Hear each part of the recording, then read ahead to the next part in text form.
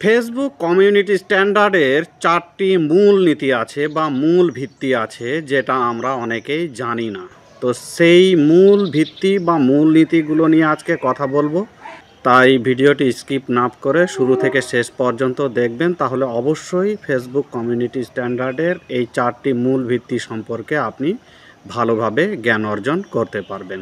Facebook community স্ট্যান্ডার্ডের মূল ভিত্তির প্রথমটি হচ্ছে মূলত অথেন্টিসিটি, অর্থাৎ আপনি যে কন্টেন্টটা ফেসবুকে আপলোড করছেন সেই কন্টেন্টটা আসলে আপনার নাকি অন্য কারো, সেটা অথেন্টিক না, সেটা কপিরাইট না, সেটা অন্য প্ল্যাটফর্ম থেকে নিয়ে আসা, সেটা কিন্তু ফেসবুক নিশ্চিত করে।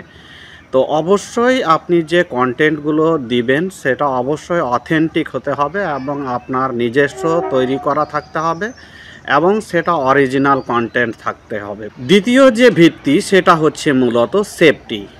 আমরা সবাই জানি যে নিরাপত্তার বিষয়টি, আমরা আমাদের ফেসবুকে যেসব পোস্টগুলো করে থাকি সেগুলোর নিরাপত্তা কিন্তু ফেসবুক নিশ্চিত করে। সেই সাথে মেসেঞ্জার এবং ইনস্টাগ্রাম এগুলোরও কিন্তু নিরাপত্তা সে দিয়ে থাকে। কাজেই এই নিরাপত্তার বিষয়টি ফেসবুক কমিউনিটি স্ট্যান্ডার্ডটা খুব সতর্কতাভাবে এবং খুবই কঠোরভাবে এটা নিয়ন্ত্রণ করে থাকে। 3 নম্বর যে ভিত্তিটি সেটা হচ্ছে মূলত প্রাইভেসি। আমরা সবাই জানি আমাদের নিজস্ব ব্যক্তিগত কিছু জিনিস থাকে বা ব্যক্তিগত কিছু বিষয় থাকে যেগুলো আমরা আমাদের অন্য কাউকে জানাই না।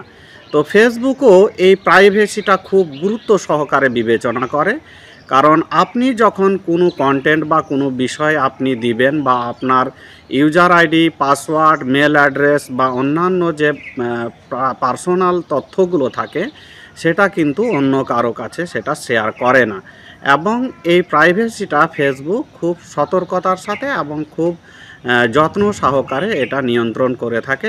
4 নম্বর যে ভিত্তিটি সেটা হচ্ছে মূলত ডিগনিটি, অর্থাৎ এখানে সবাইকে সমান মর্যাদা দেওয়া হয়।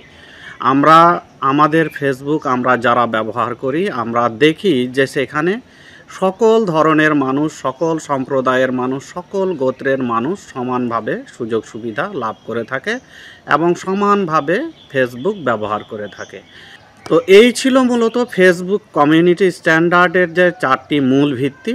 প্রথমটি বললাম অথেন্টিসিটি, দ্বিতীয়টি সেফটি, তৃতীয়টি হচ্ছে প্রাইভেসি এবং চতুর্থটি হচ্ছে ডিগনিটি। তো এই বিষয়গুলো আমরা ভালোভাবে জানবো, জেনে বুঝে কাজ করব, তাহলেই কিন্তু এক সময় ফেসবুকে ভালো কিছু করতে পারবো। তো ভিডিওটি যদি ভালো লাগে আপনাদের অবশ্যই ভিডিওটিতে লাইক, কমেন্ট, পারলে শেয়ার করবেন এবং প্রয়োজনীয় মতামত আপনার কমেন্ট বক্সে লিখে যাবেন। এই কামনা করে আজকের মতো এখানেই বিদায় নিচ্ছি। ভালো থাকবেন সবাই। ধন্যবাদ সবাইকে।